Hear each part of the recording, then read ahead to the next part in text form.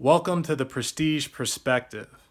I had the opportunity today to go to my son's career day for a bunch of fourth graders at St. Veronica's Catholic School, Chantilly, Virginia. How's it going, Ethan? I hope the class had an excellent time in the discussion. We talked about life after high school, life after college. What is it like in the real world? So I'm a big proponent of financial literacy and wanted to explain that to Ethan's class this morning. So I wanted to provide a recap of some of the information that we actually talked about during the class. So if you look over here on the side, you'll see that there are 5 business roles: employee, manager, investor, entrepreneur, and capitalist. These are 5 business roles we commonly see in society today. And I'd like to explain that within the game of Monopoly. Now on the side here, you'll notice that I have Game Monopoly, Monopoly Junior, and you'll notice the board a little bit different than what you probably are used to seeing within Monopoly, but same basic idea. You have a game board that is rectangular or square in nature, and you have the word go right here. Now, we're all very familiar with the so-called rat race, or what we actually have that some folks also refer to as the daily grind. And for that, each day we have a series of tasks, we accomplish them, and then we get ready for the next day. And we continue this cycle again and again and again until we come around to go. Now, go is that payday. It's where essentially, you get your $200, you get your paycheck, whether that happens weekly, monthly, it doesn't matter.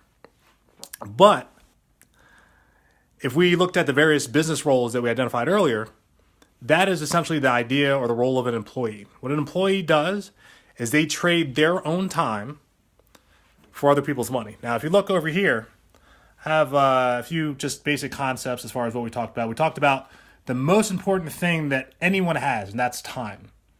And then we've also talked about money. Money is what we need essentially to work or operate or live within society. So those 2 elements are very important.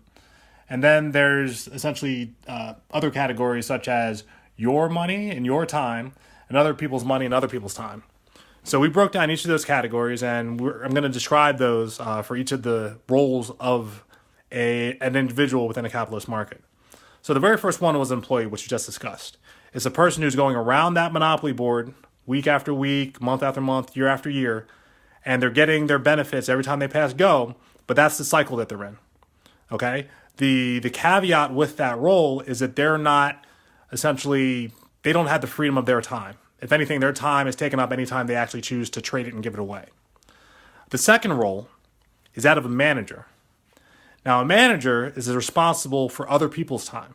So in managing other people's time efficiently and effectively, they're able to earn an income for themselves. So if we look at the game of Monopoly, that might actually be considered, let's say, a bank manager. Because every time you essentially hit a certain spot on the board, maybe you have to collect rent, maybe you have to pay rent. Well, everyone who's in charge of giving out those rents and collecting those rents, the person who's in charge of managing them and making sure they're doing the right job is essentially going to be their manager. The third category is the investor. The investor is responsible for using their own money and other people's time to make money. So in Monopoly board, these are all the characters that you see: the thimble, the race car, the wheelbarrow. When you actually play the game, you're playing as an investor.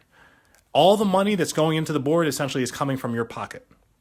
So that's essentially how an investor makes money. Third, we have an entrepreneur. Now, what an entrepreneur does is something a little bit different. But what they do is they use their own time and other people's money to make money. So in the game of Monopoly, this might be considered a strategist. If you have a strategy going to the game of Monopoly, this is essentially the little character on your shoulder that's giving you advice as far as what to do next. Buy this property, skip on this property, build a house. If anything, they give you that strategy so you can try to work to win the game. And last but not least, we have the capitalist. Now, when we talked during class, the capitalist was the most powerful figure within the game of Monopoly. And that character is Mr. Monopoly. Mr. Monopoly owns everything on the board. Regardless of whether any of the players on the board go bankrupt or not, the bank is always in business. So what do we want to do? We actually want to create an environment where we can actually be the bank. So in an upcoming segment, I'll talk to you a little bit more about some strategy you can actually use to become your own bank. And within the whole idea of the talk and the discussions that we had, the points that were mentioned was how valuable it is to have a strategy with everything that you do. So in other words, you want to plan what's going to happen on the road for yourself, for your future. That's critically important. When I got a bunch of fourth graders what they thought was important when they were playing Monopoly. They thought, do you need a strategy to play well? And everyone said yes. So we owe it to ourselves to have a strategy for our life after education in high school and college, continuing education. Always be learning, always be learning. And the other important point, which I didn't note on the board here, was that in order to have, everything lined up in a way that allows you to be successful, one concept that we talked about briefly, but I had everyone circle it and write it down, was don't work for money. It's sort of a strange idea and concept, especially if you've been in the work world for a while, but you don't want to work for money. If anything, you want to work to learn. And you want to use that knowledge to get to your goals, to get what you actually want. And so if you put everything together, our talk, career day, everything else, the whole idea was don't work for money, work to learn. And if you tie it in with a parable, you can teach a man to fish and he'll eat for a lifetime. You give a man a fish, he'll only eat for a day. So if we all want to have, great lives, great retirement, sort of line everything up in regards to our hopes and dreams, and, get that big picture that you have in your head out in the real world, you want to do three additional things after that. You want to write down what you learn. You want to read as much as you possibly can, and you want to apply it. The third one doesn't work unless you do the first two. And action, again, you have to be able to put whatever you're doing to work. So I hope you enjoyed this talk. Hope for any fourth grader during the career day today that decided to listen to this talk, hope you got some value and look forward to giving you some more tidbits that will help you along the way. Have a good one.